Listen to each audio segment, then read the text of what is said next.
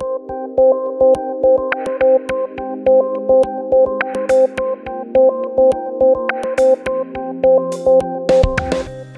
everyone, this is Nikki with Design Like a Pro, and I'm happy to share with you today how to design the table of contents for your magazine. We started with the cover and now we're moving on to the inside pages, and that means we're going to start with the contents. This is a look at what we're going to be designing today. What I'm going to do is break this down for you step by step, and when you're done you should have something similar to this. One thing to note is there are several ways that you can design this page.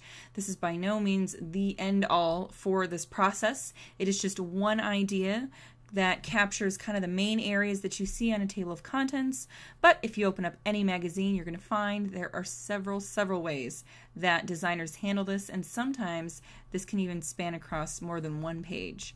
But today we're just going to focus on one page so you can get the basics down. Alright, so I'm going to clear this off and we're going to start with a fresh page. Now you see that I'm going to keep the images on over here.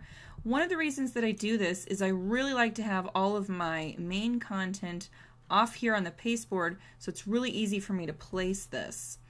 And then everything else can go away because we're going to recreate it. Goodbye. All right. So basically I have all of my images right here. And I like to do this because it's really easy to just see what I have to deal with for this page. A quick way to do that is to go to File, Place, select the images you want, click Open, and then you can drop them right into your document.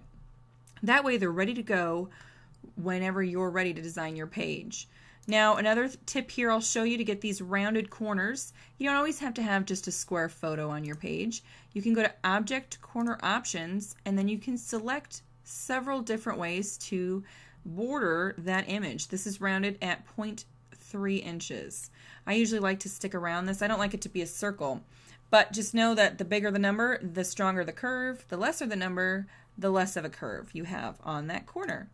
So that's what we're going to use for our table of contents page. So the first thing I'm going to do is I'm going to place the text that says, you guessed it, contents, and I automatically need to change that font to something, and I used a sans serif font and all caps. This is a really neat tool here in InDesign to quickly go from caps to lowercase, and I always like to keep a little bit of space in between my letters when I use all caps, and I'm just going to use the arrow keys here to fine-tune the placement. Bring this closer in, and then that color is actually a dark gray. Actually, okay. So we have a dark gray for the contents. You'll see that I really like to use these columns for magazine production. It helps with placing my items, and I have a few other guides here just to tell me where my other photos will line up. Then I'm going to move this logo that we have here and line that up. That was kind of in the corner. Most magazines have some sort of logo, whether it be the magazine logo or maybe a publisher logo. And the next thing is the volume. Let me change the font here. The volume number and the issue number. Quick little trick to get that circle. It's a short key. Alt 0149 on a PC will get you that neat little circle. You'll see that a lot in design. It's a way to break up some text without using punctuation. Issue number 1. It's the first magazine that we're designing today. I'm going to give that a blue color here. And again, clean this up. Click and drag this little guy right in between our contents and our logo. And I'm going to make that a little bit bigger. Let's say 12 point. Oh, I accidentally deleted the text. That happens. Okay, but it did remember 12. And I'm actually going to center that over here in paragraph. There we go. That's centered in our text box. Quick preview, you just hit W and you can see where we are here. And I'm going to move that over a little bit. And I am actually going to bold that so it stands out just a little better. There we go. All right, and hit W again to go back to your working document. And that's a neat little way to see what you're doing without all those lines blocking your view.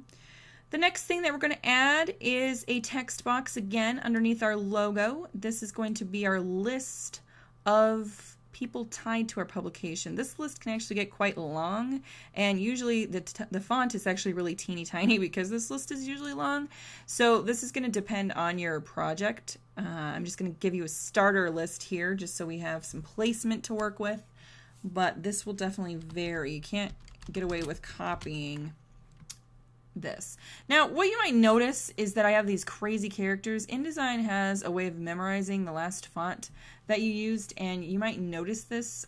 That's why I keep changing this font.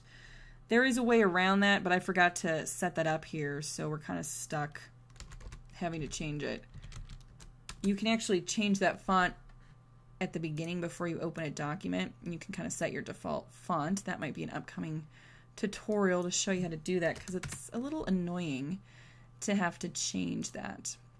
All right, so we have our editor in here, and I think those were orange if I remember right. Definitely. All right, and then of course our editor is going to have a first name and a last, let's say first name here, and then contact. Contact can be a phone number, it can be an email address, but sometimes you'll see those names listed with a contact. Again, that could be anything though. And let's make that a nice blue color. And I'm going to bump that font down to 10. And I'm going to bump our editor up to 11 just to create some contrast. Now you'll see that I capitalized all of this and lowercased. That's a great way to create some visual contrast. Actually, I'm going to leave that as gray. I like that. All right. Now, here's an easy thing. I do this. There's several ways to do this. You can actually set paragraph styles, but in the interest of time, I'm just going to copy this and paste that, and then it'll preserve what we just typed out when I continue along with the rest of our team here. And then I don't have to change that. I mean, I would if I actually had a name for this person, but I don't. So I just need to change this part. And then we have our production editor. Making these titles up, by the way, everybody knows there's a long list of different names for people's jobs. So I'm just giving you the basics to fill in. Just copy, paste, and edit. And then we have our advertising people. They end up paying for most of the magazine with those ads, so they're important. And then you might have an address, city, state, and zip, and then maybe a website. Shameless plug right there for my website. I'm going to bump that up for contrast. Alrighty, so now we have a list of team members for our magazine. Quick preview. Looking good, looking good. All right, now we can move into placing our images. This will help give us an idea of what kind of text we have to work with. So the first one I have is the one that goes right below that. And as a designer, you look at the space that you have available and you really look to fill the white space. So we have some white space there, so a nice vertical image would obviously work really nicely here. And actually I use a lot of vertical images because they fill the space very nicely. So I'm dropping these in like so. I'm just clicking and dragging them and then placing them. You can see I lined these up and then the space in between is identical. That creates a nice visual tie-in to have equal white space there. All right, so now you know what kind of space we have left for our actual articles. So what I have is an orange box that goes behind this image for our headlines. It's just a visual contrast to kind of pop those titles off. And I'm going to right click on that and say send to back. And then I'm going to line it all the way up with the top of this image and drag this guy off so it goes behind that image smoothly. And then this is what that guide is for. And then I'm going to click this and hold down Alt Shift and click and drag. And when I do that, it keeps it in a line. Wherever I go, it keeps it up and down. And then it also will duplicate that for me. See? And if I let go, it'll duplicate that. And then I'm going to move this guy down to right about there, and that is going to be for our other section of articles. Okay. And so that'll be for our next section of articles.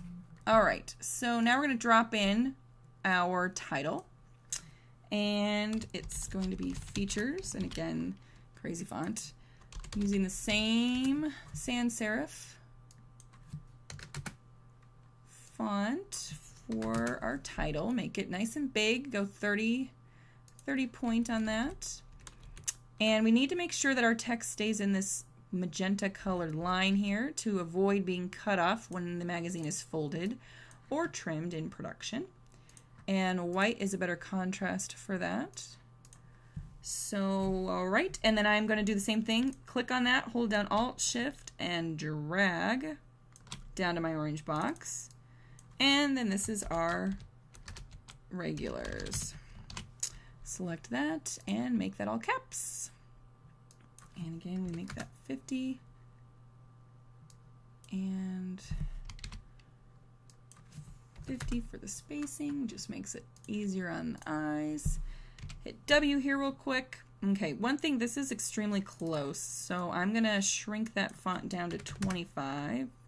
It's too small. 28, just a little, there we go. 28, just a little bit smaller so that it's not so close to our photo. I'm a fan of space. You can never have too much space around your objects there. All right, that's much better. All right, and then the final thing that we're going to drop in is our text for our feature articles. So I'm going to drag a text box here, leave this white space, and you're going to have a page number here usually. And let me see, let's make this, actually, let's go with the 20th century on the font. There we go. Okay, let's make this a little bigger. This is going to be the title of our article. We're going to bold this. This is 1. And then I'm going to put a tab there, and this is going to be our article title. And I'm going to capitalize that as well, just to stick with the same theme. And what if that is 20? Okay, I like that.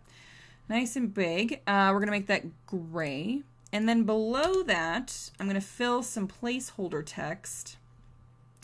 But this would be a description of what your article is. So I'm right-clicking and saying fill with placeholder text.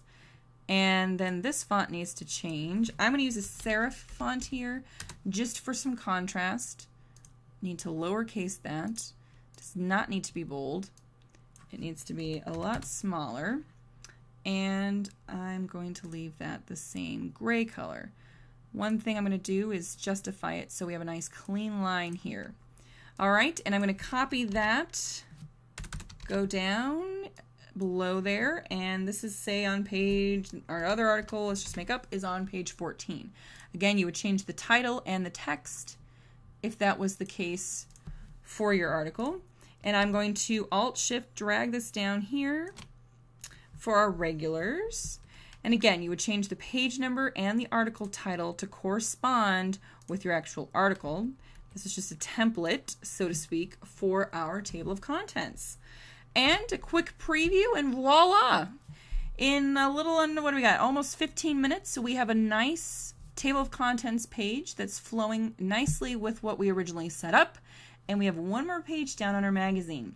Please leave me a comment below. I do read all of your comments and respond as I can. If you have any questions, you can also leave those in the comments. You can always email ideas for upcoming episodes, comments or questions to ideas at nikkihart.com, and be sure to subscribe so you can stay up to date with all of the latest happenings here at Design Like a Pro.